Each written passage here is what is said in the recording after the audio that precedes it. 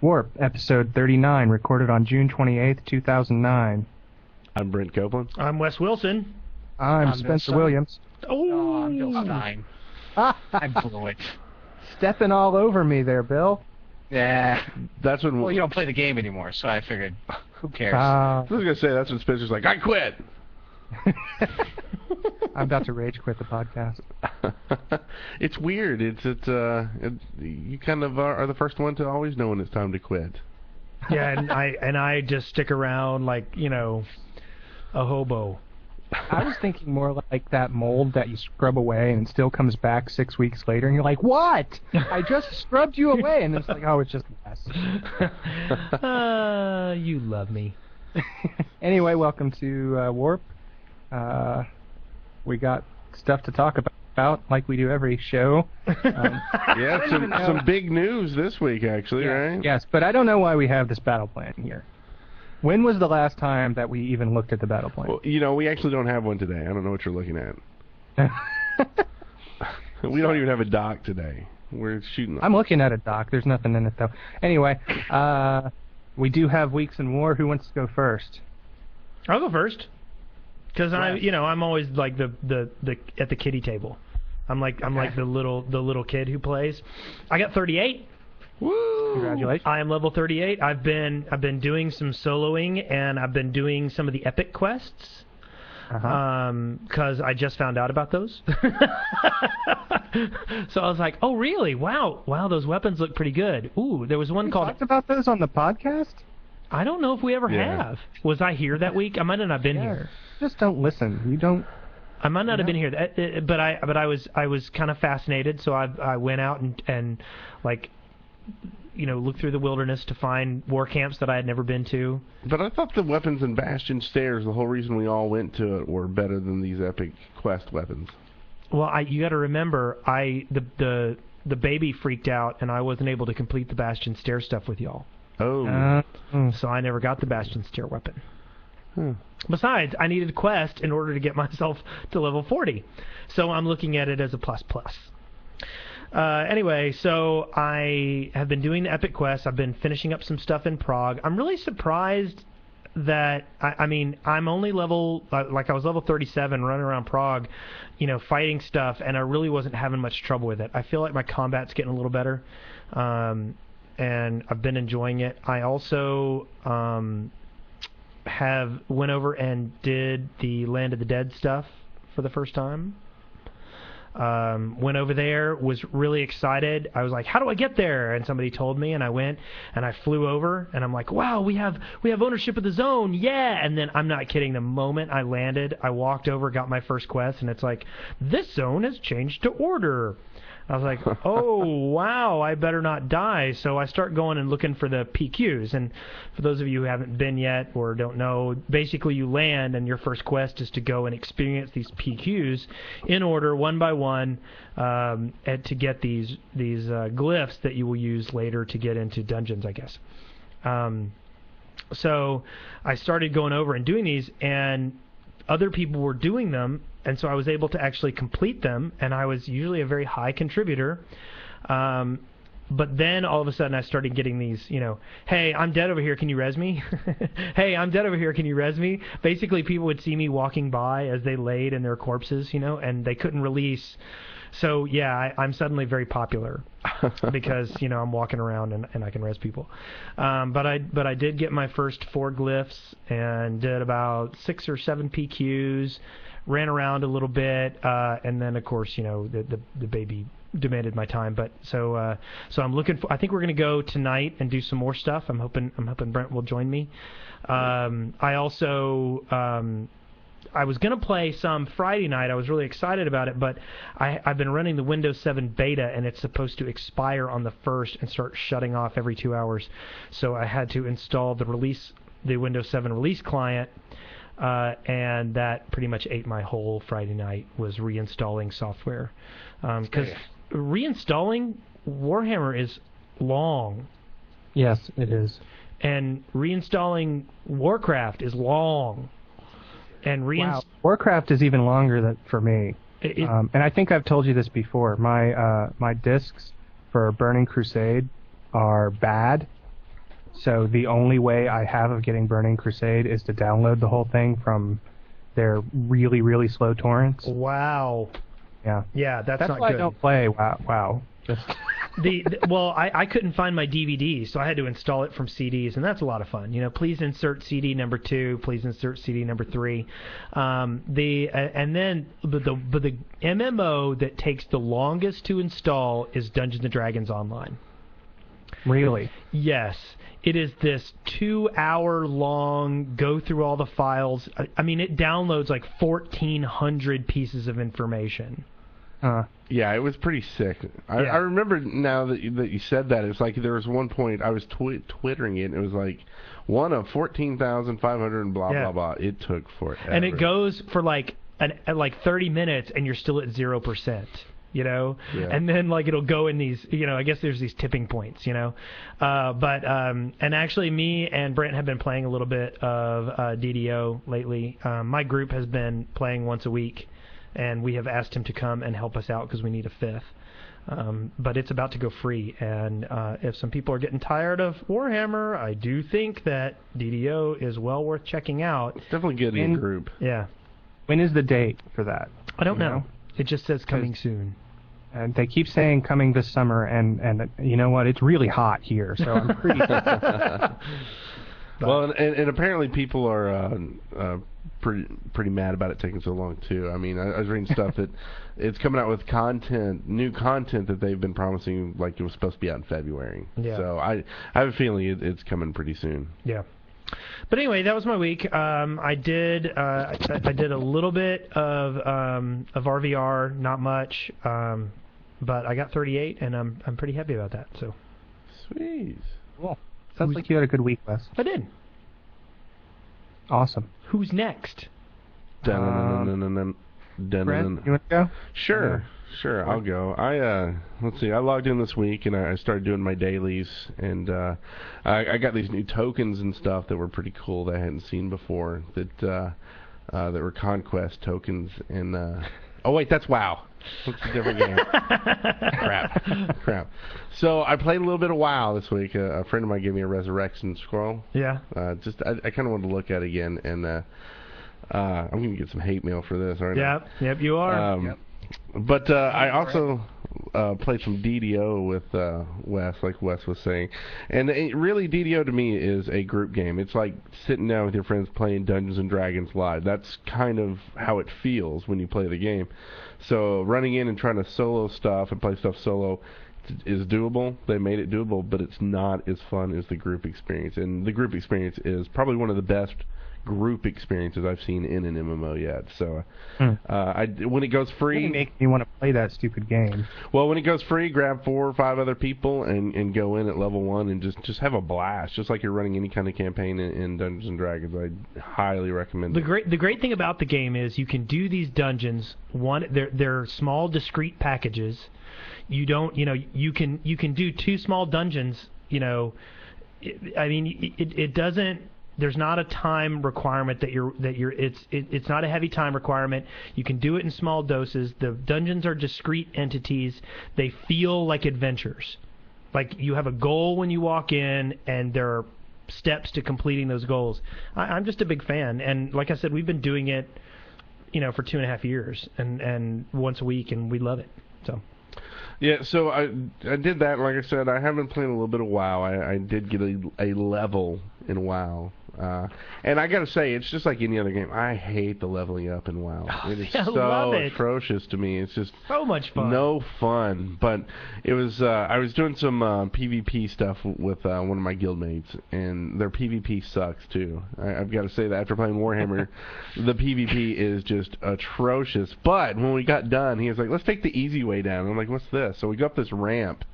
And there's like this wooden tube with water gushing down it, and you talk to this guy, and he throws you on this big like tree trunk, like a big, tree log, and you basically do this like rafting ride all the way down through the rivers, and then down through the side river, all the way down to this other camp, and I was like, okay, that's why I liked WoW, that kind of fun stuff that was just kind of silly and stuff like that. And used to, I didn't think that's what I liked about WoW was anyway.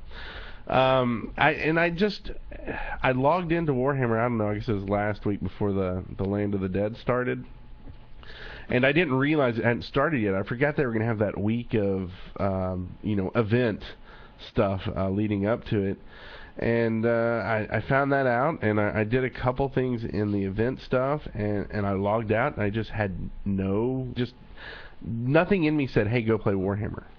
Like, I would sit down at the computer, and there was absolutely, it was a little bit to do with hearing Spencer. Well, he'll get to that in a minute, but here, just things and just gameplay itself. But I'm going to give it a try this week before I am going on vacation, and we'll get more to that in a little bit too. But before I go on vacation, I'm going to give it another try and see how the new stuff is before I say that I'm done with Warhammer for a while. I would like to see them to fix some stuff, and I guess we might talk about the loss of Jacobs and stuff for them in a little bit, but I would like to see how that kind of fleshes out as well. Like I told him in a direct Twitter, I was like, you need to get with Paul and do Terrace Online. For anybody who ever played that much. Anyway, that's pretty much my week in a nutshell. You want to take it from there, Spencer, since I'm giving the segue? Sure. I'm no longer playing Warhammer. I think over the last month or so, it's been increasingly clear that I should not be playing it. I'm not happy that I'm not playing it. In fact, I'm not playing any MMO right now, and that's sort of a weird thing for me. But at the same time, it's kind of liberating. But ultimately, the amount of frustration that I was having with the game was outweighing the amount of fun that I was having with it, and I will probably come back to it sometime in 2010, assuming it's still around, and I think it will be. I think it will still be around, just to see if they fixed any of my basic gripes by then, and maybe I'll give it another shot then. In the meantime, this week I played a whole lot, and I know Bill did too, played a whole lot of Blood Bowl, which is not an MMO, but it is a Warhammer-themed game. If you're not familiar with it, it's an old board game that has been turned into a computer game in which Warhammer races play a extremely violent form of American football against each other. And it's a ton of fun. And that's pretty much it. As far as my MMO career, I don't know. Don't know what's going on with that. So probably play DDO when it's free. I'm thinking about peeking. I'm still playing Warhammer and will not be stopping anytime in the near future. But I'm actually thinking about picking up Age of Conan again as well. Wow. I'm not. What, really? No. Not until I get a new computer. Yeah. My problem with that game had nothing to do with the gameplay. It was the fact that, especially in some zones, I couldn't walk 2 steps without wanting to throw my keyboard across the room because the frame rate dropped to 0. Yeah. And before we move on to Bill's, I do want to say that it's not like I don't want to play because I'm not having fun, right, or that something is really bothering me to a point that I'm having fun. It's just having the will to want to play, I guess, is not there for some reason. Well, I mean, it's the same thing I had, like for a while there, Team Fortress 2, we did a weekly podcast on that, and I had to make myself play. Not that I didn't enjoy the game, it's just that when I sat down to play a game, it wasn't at the top of my list. It wasn't what was calling to me. Yeah. And it may be kind of this almost burnout feeling of like, pushing it because you feel a little bit. We're doing a podcast on it and trying to keep Spencer in it, and right. and then Spencer's like, I'm done, and it's kind of like that event that happens that you're like, whoosh, yeah. Kind of all the air kind of goes. So you're out saying your of your water broke? I was going to say the air. My sales, I gotta say, one thing that's nice about not playing anymore is not getting the phone calls from Brent. That 11:30 at the night phone call. Hey, Spencer. I didn't see you on earlier. Saw you weren't logged in. Just I wanted to check, make sure everything's... No, Brent, I'm fine. Oh. You have 39 missed calls. Okay, so I'm not done with Warhammer yet. I'm not done either. Just let them know. I may be done with the podcast about it. I'm not done with Warhammer either. I can't do it right now. I feel, again, I've made my views clear that I feel like they have a policy of new content over fixing existing problems, and until that changes, I really have very little will to play it. So, and maybe with Mark Jacobs leaving, maybe that is what they'll do. Is maybe the people with the money will say, hey, fix the content and don't worry about new stuff yet. Well, I will say that since Land of the Dead's come out, they've patched it almost every single day. And it's been like small hotfix stuff where they fix things immediately. And it's noticeable. Land of the Dead is a very polished part of the game right now. Well, that's good to hear. And speaking of, how was your week? My week was really good. Did we just lose him?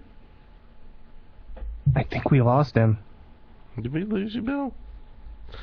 Must not have been that good. It's very Indiana. Oh dear. You're going in and out, Bill. I don't Hold think on. I called we it off. lost him.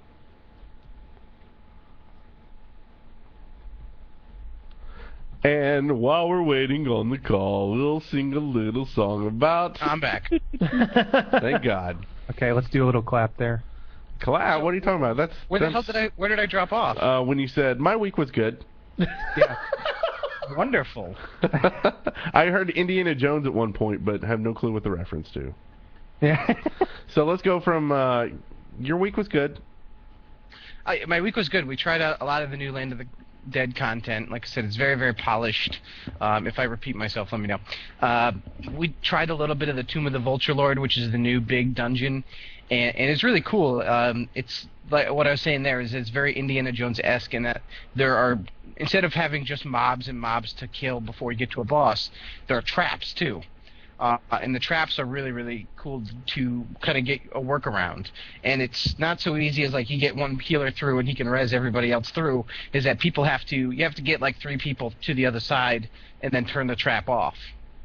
And then you can turn the trap on behind you in case Order decides to come and invade your instance. And we tried invading an Order instance, and we didn't do very well with it this week. But it was a lot of fun. We got to go in PvP and in a dungeon. I thought that was pretty interesting. I think that's a really great idea, and I think it presents a really neat angle on things. I know that like I haven't done any of the upper tier stuff for Warhammer, but like I can imagine doing Molten Core. Back in the old days, and all of a sudden having to fight to hold your place in Molten Core, that would be cool. No, it wouldn't. Yes. No, it wouldn't. At least not how WoW Well, would do okay, it, given. But the thing that would make me mad is like, you work your way all the way to some boss wage somewhere, and then they kill you and you don't get the loots. Well, then you would not do that boss right then. You'd leave. And you'd have to come back another time because you would have been kicked. You would get your butt kicked out of the instance. Yeah. And I do like how this works. It's kind of like a pro and a con. Is that you can't really schedule a time to say, hey, we're going to go do Land of the Dead dungeons, like maybe you did Molten Core or Onyxia fights in WoW, or even Lost Vale fights and city fights here in Warhammer, because you never know when you're going to have control of the zone to get into it. And it's usually not too long. You're on an hour and a half, 2 hours before you get control on a slow day. Today we've been seeing control flip back and forth pretty regularly, and it's been a lot of fun. So you can still get in there, but you've got other stuff going on too. Okay, that's interesting. So I kind of had assumed that control flip would be like a daily or like every few days. No, it's like multiple times a day. Well, 30 minutes is the lock, and it can flip as soon as that 30 minutes is over. If you're flipping the RV, if you're fighting an RVR a lot. Now, if you're not fighting an RVR a lot, and people were a little concerned the first couple of days that Warhammer came out, that all of a sudden RVR is dead because everybody's in Land of the Dead.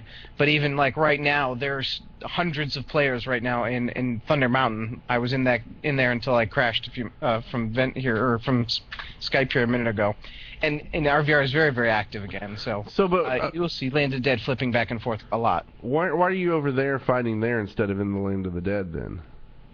Well, because I was doing the podcast, so I knew I couldn't pay attention to Land of the Dead. And you really got to stay on your toes in Land of the Dead once you lose control.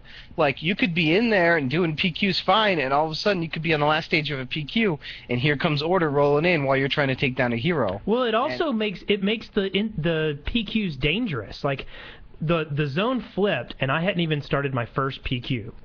So we go out and we start doing these PQs, but I'm like, I am not safe here. This is not a safe area, you know? And I knew that at any moment, so like, especially there's that one PQ where the bad guy goes running down the hill.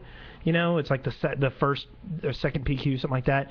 And he goes running down the hill, and I'm chasing after him, and I'm like, wait a minute, you know, the Order could just run right up that hill and come and get us. And it really puts a different spin on things. And like I said, all of a sudden I was really popular. People were sending me tells, you know, hey, come res me. Where are you? I'm over, you know, by the obelisk, you know. And so I go over, and there's a whole party of dead people around the obelisk of judgment or whatever it is. I res the party, and I join them for the PQ, and we do it, you know. And absolutely, yeah. There's some neat elements to the zone flipping, and while we're doing that, even though Order had control of the zone, Destruction was still dominating RVR in the old world, and they basically were recapturing the zone for us. So I knew, because I was watching the little meter go up, and I knew that all I had to do was hang out, and the zone was going to be ours again, with some trailing Order still hanging around in there. Right. And that was it's kind of cool. So also, first to fall in the chat room says that it saves the instance. So what y'all are talking about is if they kill you in the instance, it still saves the instance, so you can go back and be where you were before. Yeah, so, definitely. Yeah, I was going to ask, if the zone flips every 30 minutes, how long does it take to do the dungeon? And does it? I guess it saves where you are, so you can come back to it. Yeah, what it does is it creates a PQ. It turns your dungeon into a PQ where it has a 30-minute timer where Order and Destruction have to, you know, can battle it out in there.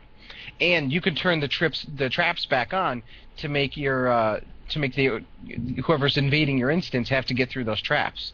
And you can try and fight them when they're in those traps too, which then, you know, crowd control becomes a whole new wonder.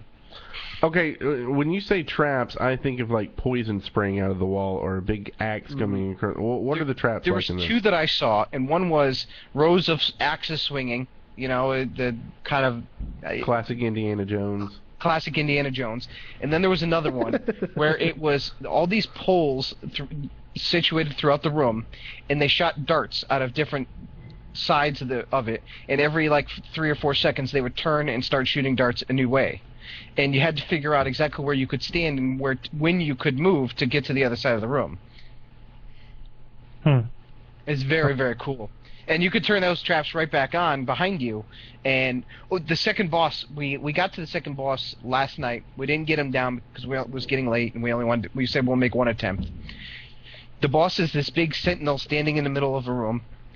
And what happens is there's treasure around the room, and a little PQ indicator comes up saying loot treasure 0 of 1. The main tank is supposed to loot a piece of treasure, and then it has 60 seconds of looting treasure, and you pick up as much stuff as you can in the room because that's the loot you get for the boss fight. It doesn't tell you what it is; it just says cursed item, and if you kill the boss, it tells you then get to see what you looted. Huh. Interesting. I actually like that a lot because I feel like the standard loot principles at this point are just so blasé that it's kind of neat to see something else tried. The boss fights are very different. They're not like standard tank and spanks like a lot of the Land of the Dead or Lost Vale was, and a lot of the city instances were. Mm-hmm. There's actual phases to the fights and stuff like that. So you'll see, it's a lot more interactive, the boss fights. The PQs seem to be more interactive as well over there. The PQs are fun. Yeah. If you do that Forbidden Vaults one, where the hero at the end kind of turns to vapor and flies around, that is really cool. And like there's the Obelisk of Judgment, like basically skeletons come rising, like there's a beam that goes around raising the dead skeletons that are laying on the ground. And I don't know, there's just some really neat elements to it. Well, there's 4 tombs which are like lairs, they're like kind of like one boss fights. And they're instanced, which they're different than the other traditional Warhammer lairs, which weren't instanced.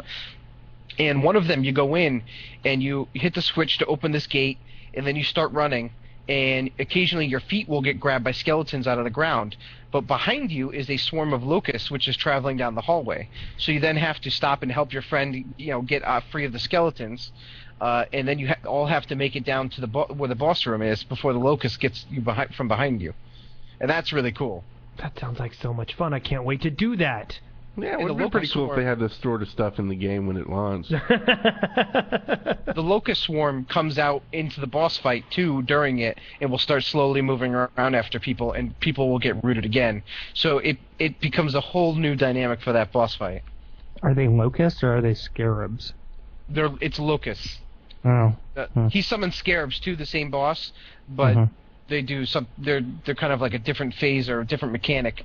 But this locust swarm will come flying into the room. It's very cool to see. So I got a question for Wes here.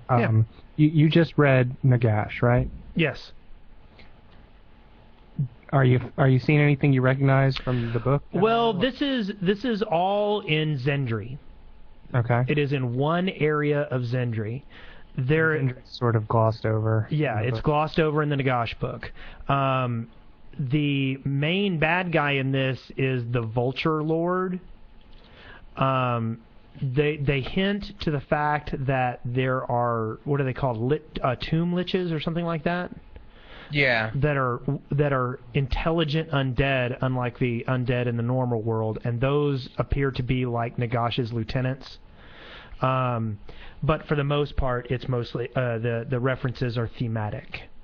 Well, most of the never mind. I won't get into the lore discussion, or else Brent will yell at me. You won't get into the what? Lore discussion. No. I want to hear some lore talk. Come on, we hardly ever do lore talk. The history is that those tomb liches are the ones that defeated Nagash. Nagash is not there anymore. Right. And so they should not be attached to Nagash, is what I'm saying. Well, it appears that there are a few tomb liches in this area. There's one big one, which is the Vulture Lord. But it's like the scarabs thing, reminded me a lot of how he used to darken the skies in the battles. I think there's a lot of cool stuff here. I really wonder if we'll ever be able to go south to Kemet. Yeah. Because I think it would be cool to go down to the Black Pyramid. That would be cool. Well, you gotta bring race into this. It's just read the book. Kidding. Go on. Read the book. Have you been reading? No. Well, I've lost all will. Dude, I started reading. I still have the poster sitting. What was that one hat first? Rack in my car. What was that First Blood, or what was the one that you read? The first one. Blood Rain. Yeah, I think I'm reading that one. Okay. I just started. I'm 2 chapters in. Yeah, it's a great ending, that one. Spoil alert. So Nagash kills Dumbledore. Just on a side note, First to Fall pointed me towards his blog, and he congratulated me for pointing him towards another game. He says this is his opinion. That he posted this on the 25th of June. This is my opinion. First, Land of the Dead kills Tier 4 RVR for approximately 2 weeks. Then, shiny effect wears off, people stop going to Land of the Dead, and then Tier 4 open RVR resumes as normal, and then players still anxiously await a CNC patch that doesn't epic fail. In the meantime, First 2 plays Age of Conan. So, I just thought I would say that Land of the Dead's been open 5 days at this point. There's 300 people just stormed to Keeping Thunder Mountain, and Order's there, and Order has control of Land of the Dead right now, and Order's out RVRing just as much. As a matter of fact, both sides each took a fort just now, while we're doing this podcast. Land of the Dead didn't kill RVR. People are very quick to jump and say that this is the death of the game, and it's not the death of the game. People are very, people are getting on the bandwagon now of Warhammer's dying. Warhammer's not dying. It's doing fine, I would say. The CNC patch would be nice, but a lot of the classes are balanced now. Less CNC would be good, but I think people are going to be less happy with the patch than necessarily they would be before. I think they pulled that CNC patch because there was a lot of complaining about people didn't like the nerfs coming to their classes.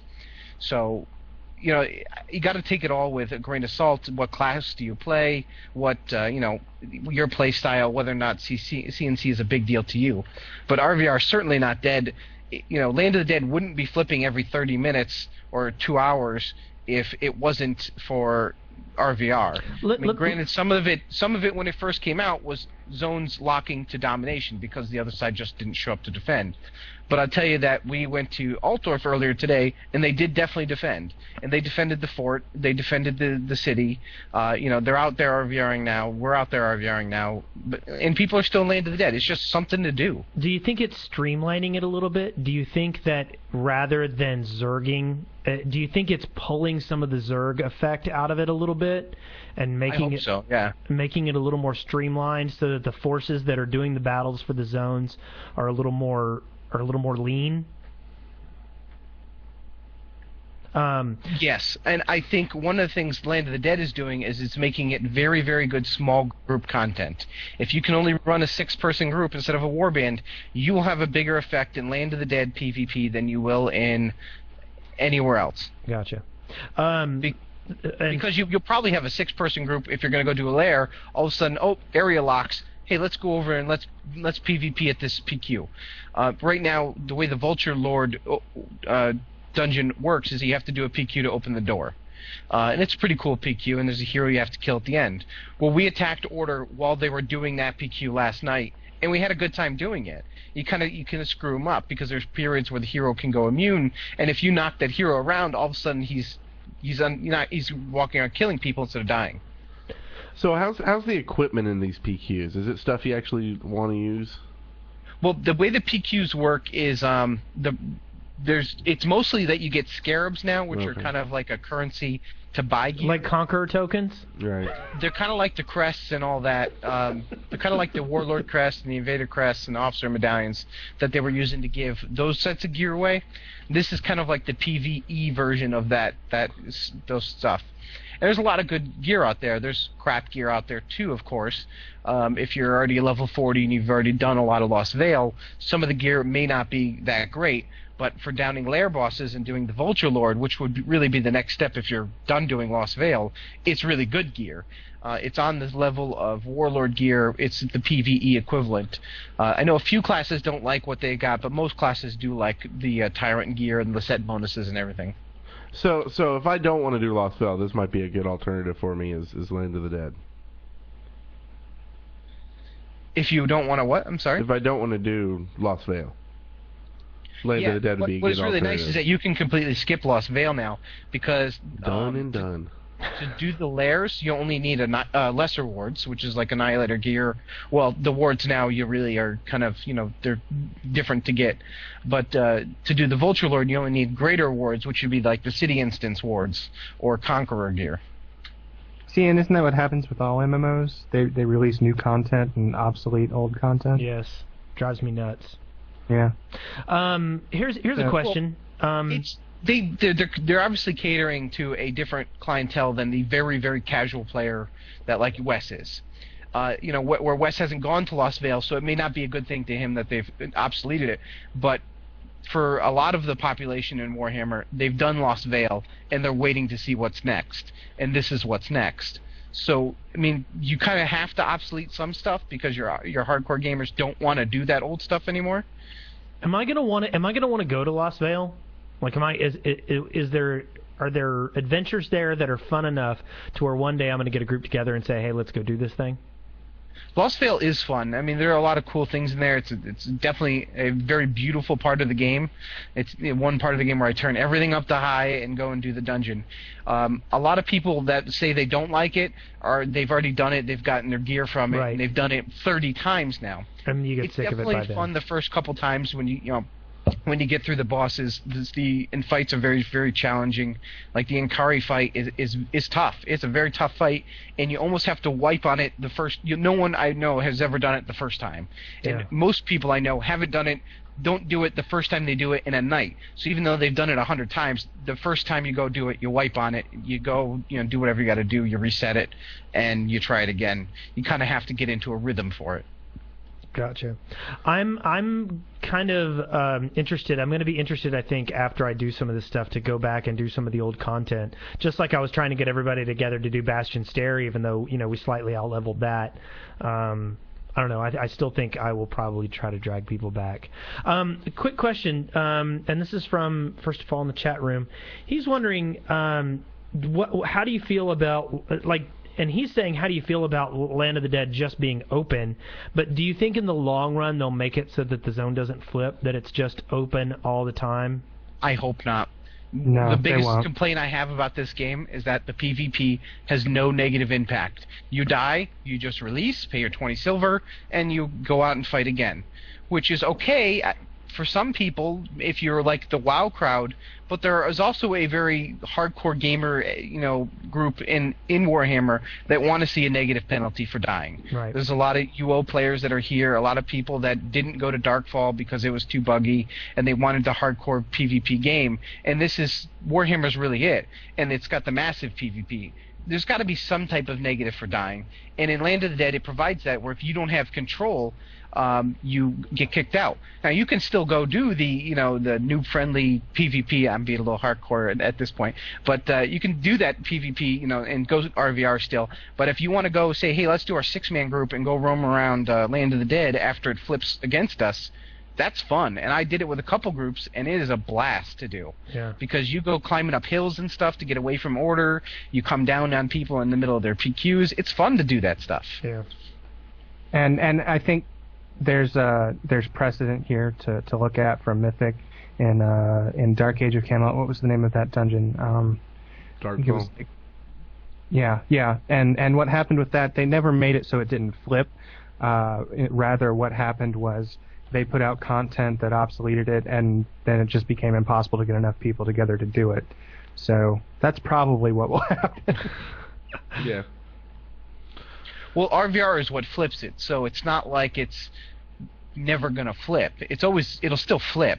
I mean, No, but then you just won't have enough people to actually go and do But the they'll add an expansion and give you 10 more levels where you won't be doing you won't be doing RVR in the areas you are now, which control Land of the Dead. You'll be doing RVR in a new area, which will control a new area, Right. Yeah. which then people won't be able to do the old RVR or the Land of the Dead unless they're leveling up to those levels, and there's just not enough people to really make that matter. I mean, once you go a new level above this, there's not going to be enough people in that 40 range once everybody levels up to support OVR to flip Land of the Dead. It's going to be people winning on domination. well, yeah, I mean that might be what happens at some point. I don't. I'm not saying that's a bad thing. Year and a half down the road of the game, where they say, we've really got to push this at this point. But I mean, it seems like with Land of the Dead, they really rooted it into the RVR system, so maybe that's what they'll do with the next expansion too. Who knows? Just give me my 10 more levels. Now that BioWare is developing Warhammer, we'll find out what happens. Should we move on to that? That's now? true. This week we learned that Mythic and BioWarm form a new RPG MMO group. Yep. And part of this means that Mark Jacobs got the boot. Yeah, and we don't know for sure that he was fired, but I think it's pretty self-evident, isn't it? Yeah, I'm pretty sure he got the boot. But he was very friendly in the interviews he's done since then. Well, that's the kind of guy he is, though. Lawsuit hanging over you of some kind. Yeah. But I know that if I purchased, if I was involved in owning and running Warhammer, and I saw what was going on with this IP, I probably would be pretty frustrated. Explain. If I were to go to the people who are playing, like if I were to go and listen to what people who are playing Warhammer are saying about the game, there are some key structural elements that have not been addressed, and I think I would be angry that they had not been taken care of yet. So who do you think is angry? Do you think it's Games Workshop? Do you think it's EA? I think it's EA. Okay. I think EA is saying, hey, look. We gave you a IP that you should have had 1 million subscribers. Yeah. And you're sitting at how many?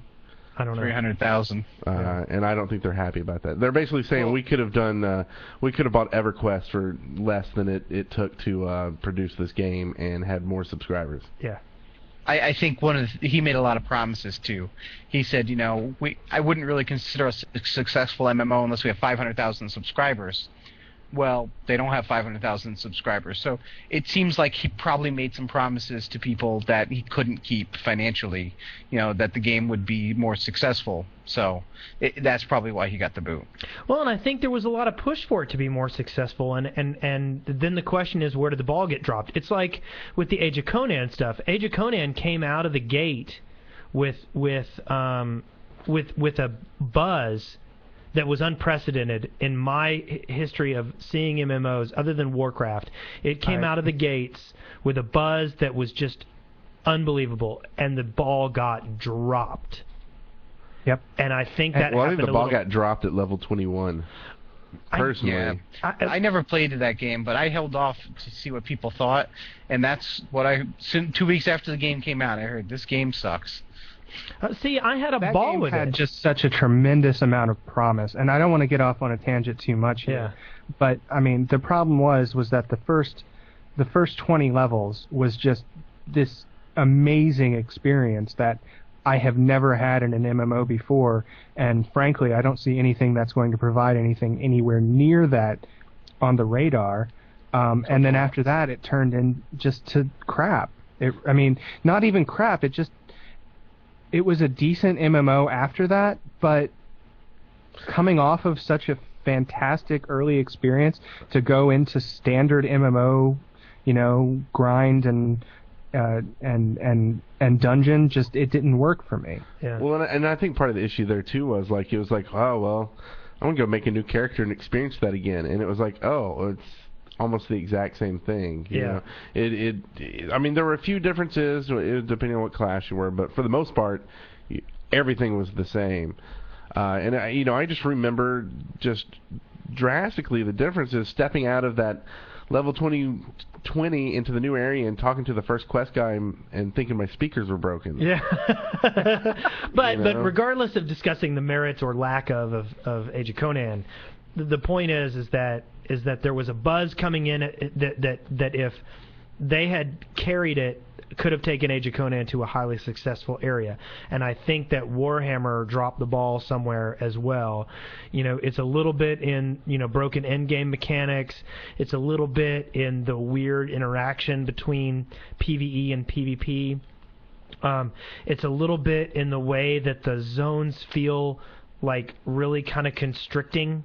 It doesn't feel like an open world. Yeah, they're completely disconnected from each other. Yeah, because you're basically in a series of sandboxes, and something about it didn't click the way that it could have. And if I were EA, I would be pretty mad. I think they also got a little screwed by Age of Conan as well. I think I didn't hear the buzz as much as you did about Age of Conan. I think it was just more of like Spencer talking about it, and then it was like. Right as it came out, and then playing it, being like, yeah, this is cool and whatnot. But I think Warhammer did have that buzz about it. But I think after Age of Conan kind of tanked so drastically, and it was like, well, if Conan can't do it, how is Warhammer going to do it? And I think they lost a lot of people that were going to go Warhammer or didn't give it a fair shake. Because there was also a very big rumor that Wrath of the Lich King was done and waiting 3 months waiting for Warhammer to come out. Yeah. And that game came out 32 days after Warhammer launched. That was very well planned out. Yeah, I have no doubt in my mind that was not strategically planned, and Blizzard did an incredible job of doing that. Yeah. They have done it well all the time, and for some reason they didn't do it for Conan, and they waited for Warhammer. I think because Warhammer pitted themselves against WoW, and Age of Conan really didn't. Right. Age of Conan said, we're Age of Conan, and we're coming out, and we're going to be this. Yeah. And I don't remember a comparison at all between the two. Well, I really didn't know anything about Age of Conan until it came out. And then people said, this is great. And I said, well, okay. And then we bought it and we played it, and it was great. And I know people say, oh, the game petered out. I had a great time until I stopped playing it. But it was, after a little while, either I was behind the dedication curve, or, there wasn't anybody for me to group with but strangers. It killed me at the point. It was still a playable game up until early 50s, I think, when the quest dropped out completely. Yeah. I mean, it was not you've got a few quests, you just got to run them fast. There were no quests. You, hit a wall where you had to grind to get up to a certain level, and I can't stand that in games. I'm not going to sit there and kill 4,000 mobs to level. Now, we're sort of drawing a parallel between the lack of success, the lack of long-term success of Age of Conan. I mean, I remember at least that they were at one point trumpeting 700,000 active accounts, and that dropped off real quick. I'm not sure that there's what? Warhammer was 750,000 at one point as well.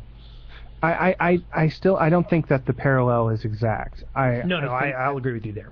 I think Warhammer is a better game than Age of Conan. I really do think that. I think that there are some key problems with Warhammer, just like there were key problems with Conan, but I think that as far as the game design, it's a more solid product. I guess I'm not really sure that the issue is over expectations of the game. I don't know that that's the case. I think that more likely is the case is that there were management issues. What was it? A month ago that they fired a whole bunch of senior developers at Mythic, and so clearly this has been in the works for a while. What I'm curious and what I wanted to sort of pose to you guys is, what do you think BioWare brings to Mythic, and what do you think Mythic brings to BioWare? Because we all know the next big MMO is Knights or Old Republic. Yeah. Yeah. I think BioWare is going to bring polish. Yeah. Really? Do you think so? they're going to bring something to... I think they're going to bring polish? Did no one else here play Knights of the Old Republic 2? No. I mean... I did. So do you think they're going to help out on Warhammer, or do you think this is something forward-thinking on future MMOs where they maybe want to draw from some of the things that Mythic did right on their MMOs? Maybe they want to do a Star Wars that's more PvP. I think that they're going to be instrumental in the future content of Warhammer. They did put a BioWare guy in charge of Mythic. Yeah. And they needed it. Mythic, I mean, whatever people think about Mythic, and maybe there's a lot of DOC lovers out there, Mythic's dying. I mean, Warhammer's not doing well. It's a failing MMO, and this change gave a lot of people promise, and a lot of people posted up in the forums. Maybe this will give people a reason to hold on a little while longer. See, I don't think it is a failing MMO. I think that term gets bandied about far too much. I think people have called every MMO that isn't WoW a failing MMO for years. People call EverQuest 2 a failing MMO. It's about to hit its 4th expansion. Yeah, but Warhammer is starting to have less numbers than EverQuest 1. Yeah, I mean, if it continues down this path, we're going Horizons here. I mean, what was it, a month ago that... I can't believe you said that, man. That was so mean. What was it, a month ago that we merged Misfits of the Warp and Herald of the Four? We had 30 guys on in one night. Now, 14 to 15 is that number, and it's not just our guild, it's every guild seeing that. We're getting people asking us all the time, where are you guys looking interested in taking guild mergers? We're hearing about guild mergers. We're hearing about alliances merging into each other. We've got 2 or 3 guilds that are interested and are joining our alliance right now. So it's because they're not getting those numbers anymore. Well, okay, fine. But there's still an awful lot of servers, and they can still do server drops and get people. I still don't think it's a failing MMO. It's not the Matrix Online, It's not going to close down, but if it continues in this trend, you might see there's no more new content being developed for this MMO. Well, I don't think that'll ever be a problem. They can always hire cheap programmers to make cheap content. I mean, that's what EverQuest does. Yeah. They still, they're on their 15th expansion and still going strong in a new expansion a year with 200,000 subscribers. So it's amazing. I think pretty much any MMO, if they can get that core 200,000 people to continue to pay for their MMO, they will be just fine.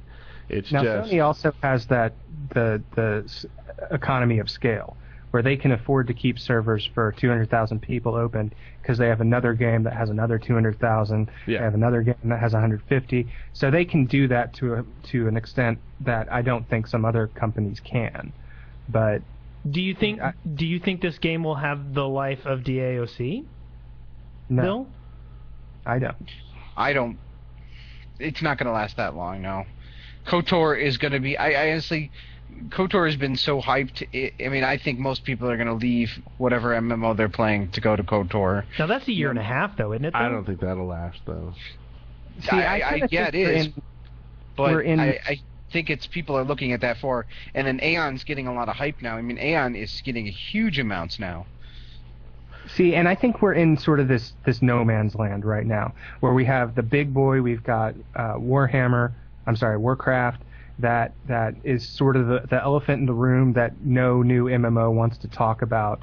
And so what you have is a series of MMOs that are initially very exciting to people who are sick of Warcraft, but when it doesn't deliver the same level of polish that admittedly Warcraft has at this point in its life cycle, they drop off very, very quickly. And I think that we're sort of in this cycle that's not going away anytime soon. I agree with you there. Coming out, Aeon, Champions. I'm kind of interested in Champions, but I'm not fooling myself to think it's going to be a great, huge success. No, because City of Heroes was a great game when it came out, and it just could not hold the numbers. I see Champions probably doing the same thing. I didn't think it was all great. I think the problem right now is... so much fun, though. Oh, man. I think the main issue is actually World of Warcraft. They have too many subscribers. It's like Microsoft of the MMO world, and I don't think unless someone has an IP that's already based on something popular, that people aren't putting out the money to make new games. Like before WoW, there were MMOs popping up left and right, like just hundreds of them, just about every topic, vampires that were swimming in the water, just weird things, And then all suddenly, think about it. Back then, you only had to get 100,000, 200,000 subscribers, and you were a hit. Yeah. A hit, right? Now everybody has raised the bar to WoW, and if you can't get 1 million people to buy your game on day one, then I'm not going to give you money to even produce it. So you have to have an IP. You have to have something popular that you can guarantee me sales on. Like I think we'll see like a Wheel of Time, things like that. We're gonna see one on what's the other popular book series that's Fire and Ice. Fire and Ice. We'll probably see one I for hope that. Not. That would be the worst game ever. But I play a guy with a spear. I go out into a field and die. Well, yes, that's what would happen, right? You'd do your first quest, and the guy would stab you in the head, and you'd be like, I didn't see that. I didn't think I was going to die on the first day. But this is Fire and Ice. What did you think was going to happen? But saying that KOTOR, or whatever the initials for it will be, is going to be successful. I think it will be successful, but I think it's going to be on this IP base, just like Star Wars Galaxies was successful.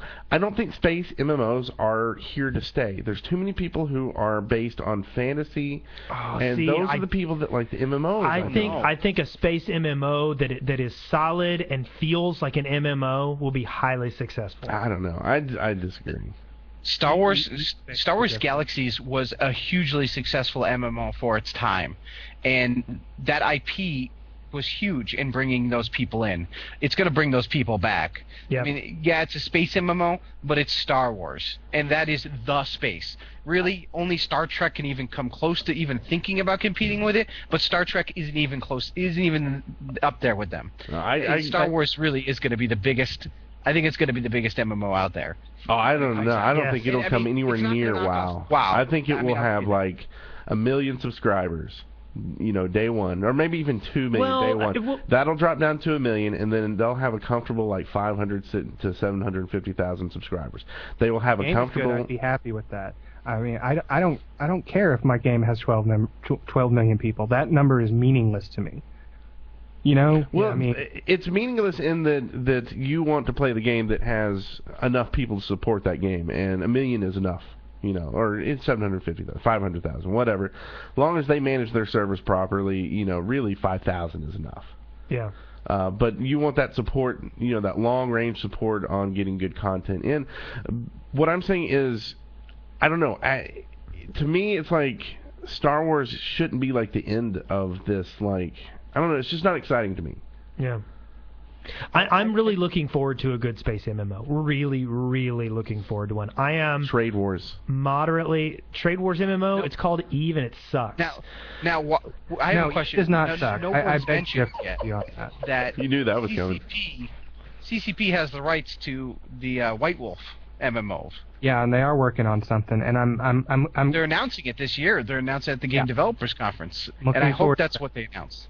And here's why. Because no matter what you have to say about EVE being fun or not, it is the only independent MMO ever made that has continually expanding subscriber base. True. Absolutely.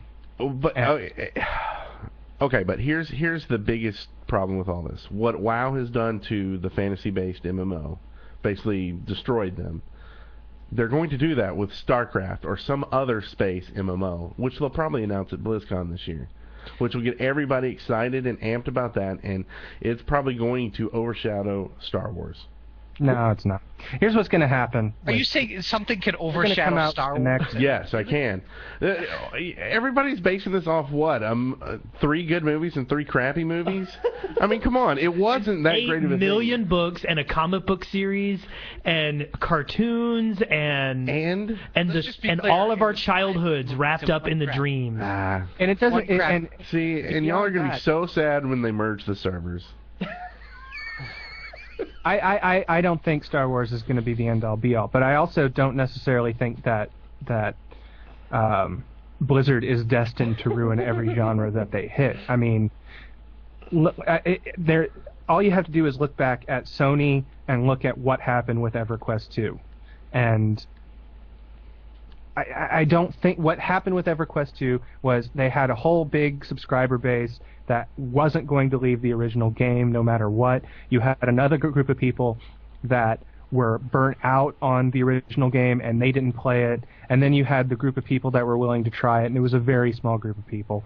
And I just do not see Blizzard repeating the success that they've had with Warcraft. I just don't see it.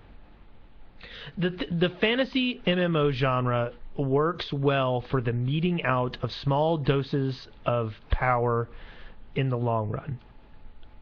It scales much better than almost any other environment, and they capitalized on it and they did everything right. I still think that there can be... I disagree there. But I still think they can create good MMOs. People just need to step away from the sandbox model. I really think that the whole sandbox model for a small MMO needs to be toned down.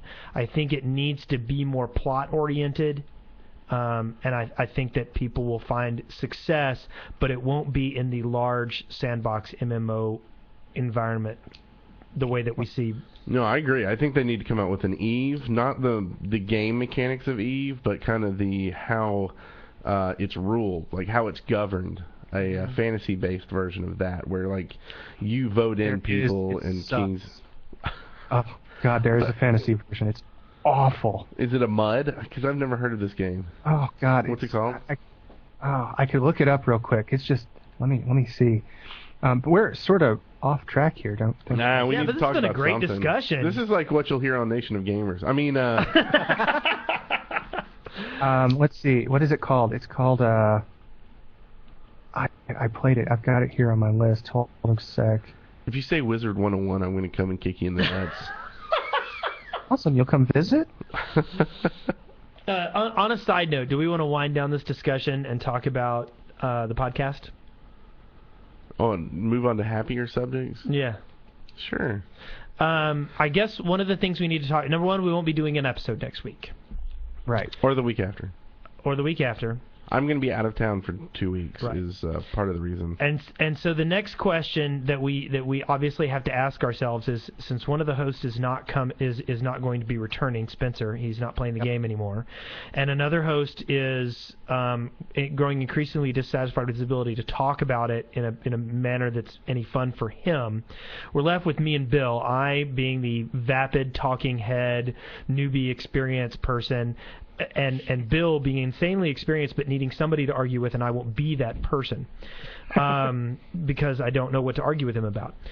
So That hasn't stopped you in the past. I know.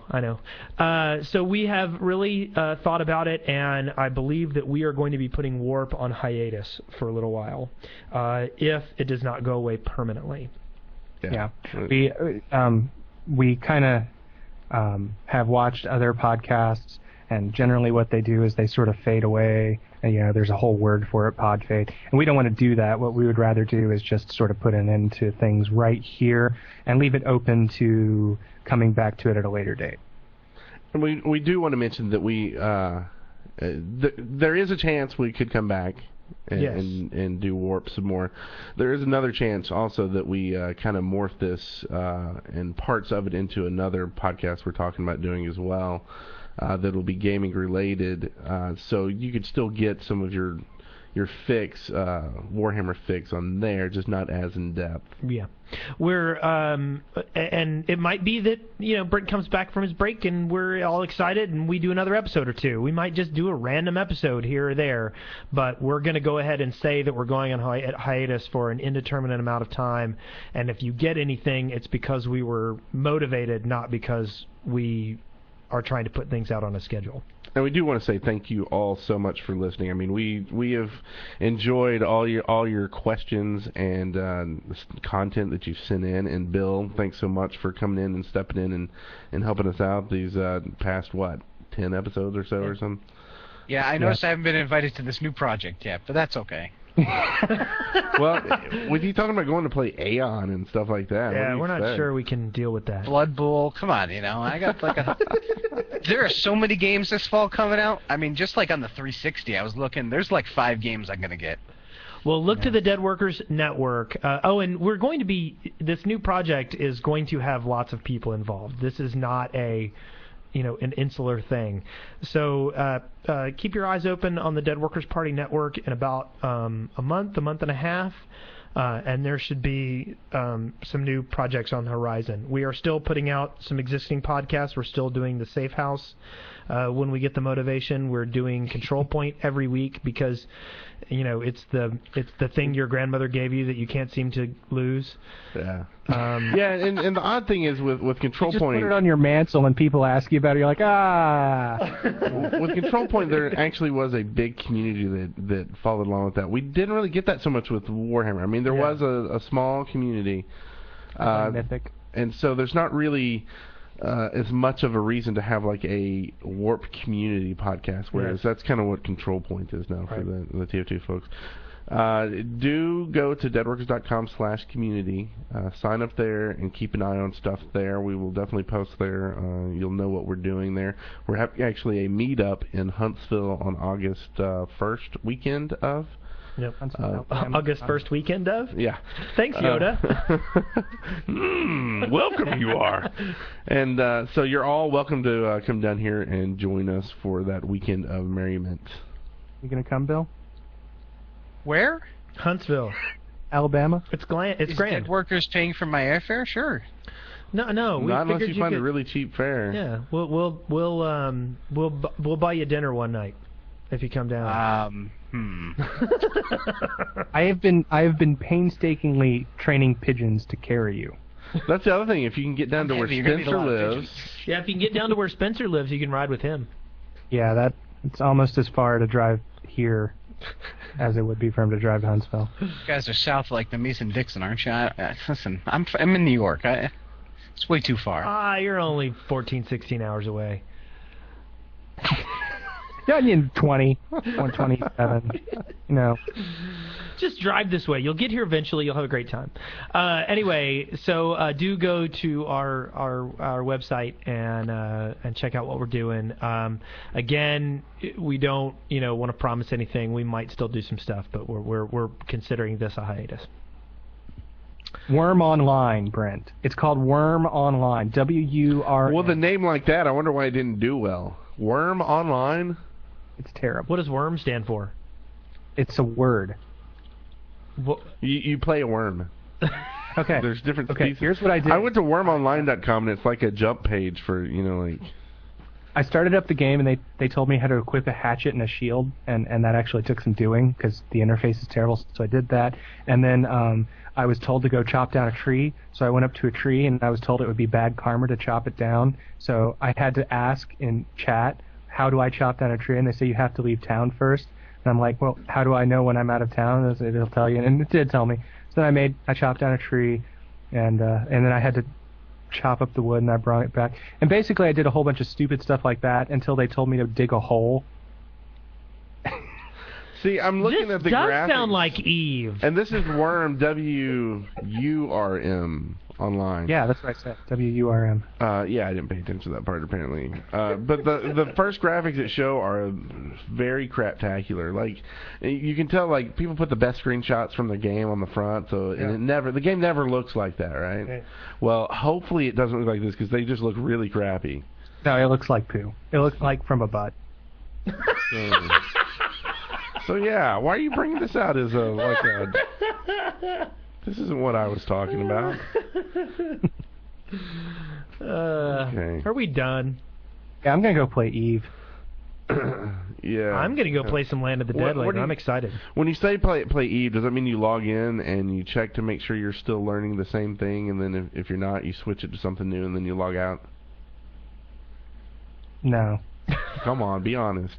No, there's a lot to do in Eve. What? No, come on. Where? Like, to do. Are you flying Just somewhere because, today? No. You're right. The character advancement is not at all exciting, and that's fine because that's only a very, very small part of the game. There is a lot to do in Eve. I need to get out of my ship and walk around this star dock. That's what I need. You to can do. walk around in that game? No, you can't. I'll tell you, the first time I played Eve, I spent like 3 hours making my avatar, because they make this like, at the time it was like City of Heroes, right? Yeah. It was like one of the first ones where you morph all this stuff, and you had like thousands of things to choose from, and then you get in the game and you realize you just made an avatar portrait. That's what you just got done making. Because you never see it again. They are adding the ability to get out of your ship. Yes! Yeah. I might be back then. I don't know. I actually, the trial, because it came onto Steam, and there's like a whatever trial, so I went in there, and I skipped the tutorial, because I was like, I think I probably remember. Oh, that was a terrible idea. Well, I've been through the tutorial before. I mean, I used to play this game. But then I was like... it was like I couldn't get to the Stardock fast enough to log out. Like, it was like, do I actually go to Asteroids and like actually try to farm something at this point? No. Yeah, Spencer showed me the game, and I was like, ooh, look, a long skinny ship and a short fat ship. I got into some PvP stuff, and it was a lot of fun. Especially, we did some, just inside our own corp, we did some PvP. And basically, we said, okay, this is the system you're in. You can move around the system all you want. Do not attack anyone as they're leaving a star dock, but you can go anywhere else. And it turned into a big cat and mouse game. And we did that several weeks in a row, and it was so much fun. And that's the kind of thing that I want to get back to doing. They just need to fix their newbie stuff. They have made a lot of changes to the newbie stuff, and if you've gone through the tutorial, is a lot different than it was when you first did it. We can give you 2 mining lasers. Well, it actually tells you better what the game is. Okay, I'm sorry. I won't make fun of... You can make fun of I'm making fun of, like, all MMOs right now. They're all crappy, in my opinion. Like... I actually agree with you. They are. The end game of all MMOs just inherently suck. Like, that no one has yet really figured out how to, like, tap into something that, like, makes you want to come back after you're the highest level. Or makes you want to come back. Yeah. I mean, plenty of people play MMOs. But I think they do it because they feel like they have to. And the carrot on a stick and their friends. Well, that's why when you talk about not enjoying leveling in an MMO, it's foreign to me because that is an MMO. Once you get to the end, the game is over. Okay, for the most part. And that's sad. So what you have to do is you have to enjoy that slow. That's one of the reasons why I took so long leveling in this stupid game. I'm like, I want to enjoy what I'm doing. Are the highest level. Well, that's the one problem with MMOs. One of the things I would like. The only problem. Well, no. I think one of the We're gonna have to cut this into a new episode. I think one of the main problems with MMOs, and City of Heroes tried to address it with the whole sidekicking yourself and exemplaring yourself. Yeah, but you want to be able to play with your friends and do the things that they're doing on a good challenge level. Okay? It sounds like a great Nog topic. Yes, it does. But this is what Warhammer needs to do. See, I'm going to pull it back around.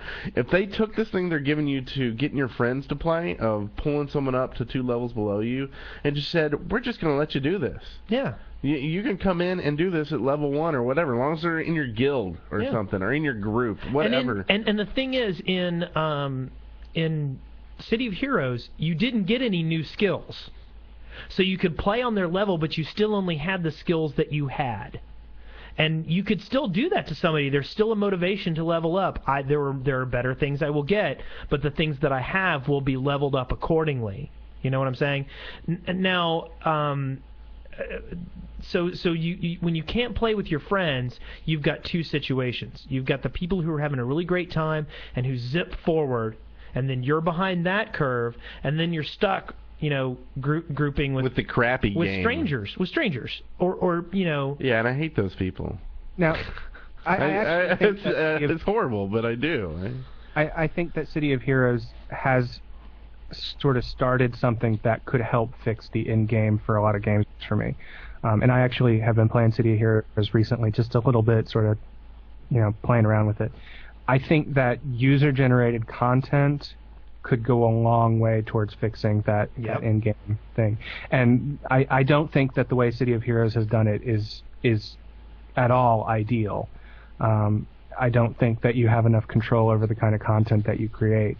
But I think in the future, this is why I'm not terribly interested in a game like Old Republic, honestly.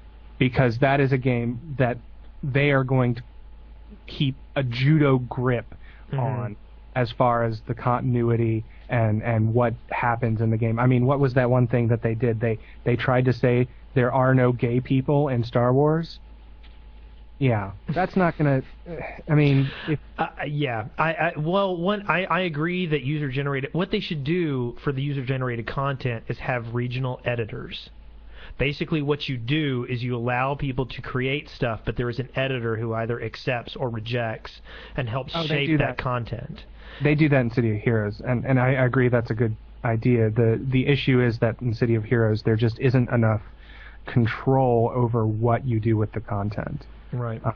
There isn't enough chance for you to develop your own story or anything like that. The few really good ones that I played are all very short comedic vignettes, and that's fine, but it's not going to save the end game from that black hole that Brent is afraid of. Right.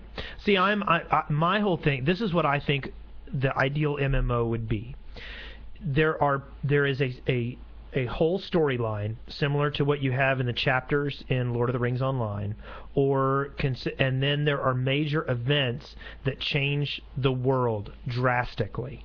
Okay, and I can see a forked kind of thing where your character might end up, in level 6B, and somebody else might be in level 5D, which means your worlds are not similar, but you can play in the other person's world and do the event. You know what am I making sense?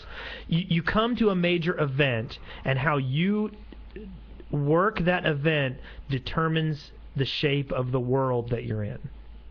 So your character will follow pathways, but you can choose to play with your friends in the pathways that they have gone down, and it actually gets you out of your world to experience their world a little bit. It's like a Nine Princes of Amber MMO. Well, yeah, something like that. But my main thing is, for an MMO, I think in the long run, to really appeal, it needs to have good story, and you need to be able to impact the world. Yeah, I think that's the biggest key on an MMO, and that's the problem with these MMO WoW style MMOs. They're too big, or they haven't figured a way because they're so big. EverQuest did a great job because they actually had in-game quest run by GMs and a questing team. Yeah. And like I was actually involved with one of these quests and actually helped them, open up hate, the plane of hate, because I was a priestess of Neriac and had to help them with this summoning rite. I was involved in this quest that helped open up hate, a new zone for this game. How awesome is that? Yes. And then I got an item that I would never be able to get, in like ever, So it's just like things like that. So if you're going to be involved in this, okay, the problem then is, okay, if I can personally change the world, and everybody can change the world, we're going to end up in different worlds. So there needs to be a tool to do cross-genre stuff. See, here's again back to EVE. One of the reasons that I do like EVE is they never lie to you about what kind of a character you are. They never tell you anything other than you are going to be a cog in a machine. And I'm fine with that so long as that's what they tell me. What I don't like is, and I think more MMOs need to get away from the idea that every character is going to be a hero, or every character is going to be the star of their own story. Because honestly, it's bullcrap. In war, every character is going to be a one face and a mindless Zerg. Great. But that doesn't sell copies, I guess. I don't know. I think they need to either hire or work with players that would, like, normally EverQuest had like a GM system where you were just a player and you worked into the GM system. Later on they probably got sued and had to throw that out, and a lot of MMOs haven't been able to do that. But if you worked with these teams that was kind of a low cost kind of thing, where either they were doing it because they loved role playing and they get to play for free because they were doing this and stuff like that, where they ran quests and they did these quests and figured out ways to make it feel like a living world where it wasn't this static such and such. Like, I want to see, I'm high level and I'm walking through a city. I want to see a guy run to me, breathless, and tell me about, hey, I need your help doing such and such. Make me feel, drag me into your world, make me feel part of it, and then make me feel like I am impacting it. But you got to figure out how to do that and make everybody, I think, be able to do that. And I know what you're saying, Spencer, is you kind of want to go the other way. Where I don't want every game to go the other way. Don't misunderstand me. I think that there is more room for a game where you are a part of a whole and you can derive satisfaction from being part of a whole. I just don't think that is a genre that's been explored. I agree. Man, are we just going to keep talking here because we don't ever want the podcast in? Yeah, I guess so. Well, I figure I'll cut this out and it'll be episode 1. Well, I'm ready to go. I want to go home and play some Warhammer. Warhammer? Yep. I want to play some Crafthammer too. Crafthammer. Starhammer? Is that coming out next? Yep. Did you know? I noticed something the other day. You remember back in the day when the Warhammer ship rules came out? How everybody called it Seahammer? No. You don't remember that? No. Okay. Well, back in the day when there was just Warhammer Fantasy, they came out with some ship rules, and I can't. Man of War. Yeah. And everybody called it Seahammer. And there's a thing, you have to go and get something from a boat in a dwarven area, and the boat is called the Seahammer. And I thought that was really funny. Sweet. So, okay, we're done. All right. Thanks again, everyone, and join us into one of our other fantastic podcasts on the Dead Workers Party Network. Fantastic. A fantastic voyage. All right, man, this has been a long show. But it was fun. I had a good time. Yeah, I actually had a lot more fun talking about just general The like gaming theory stuff. is- Yeah.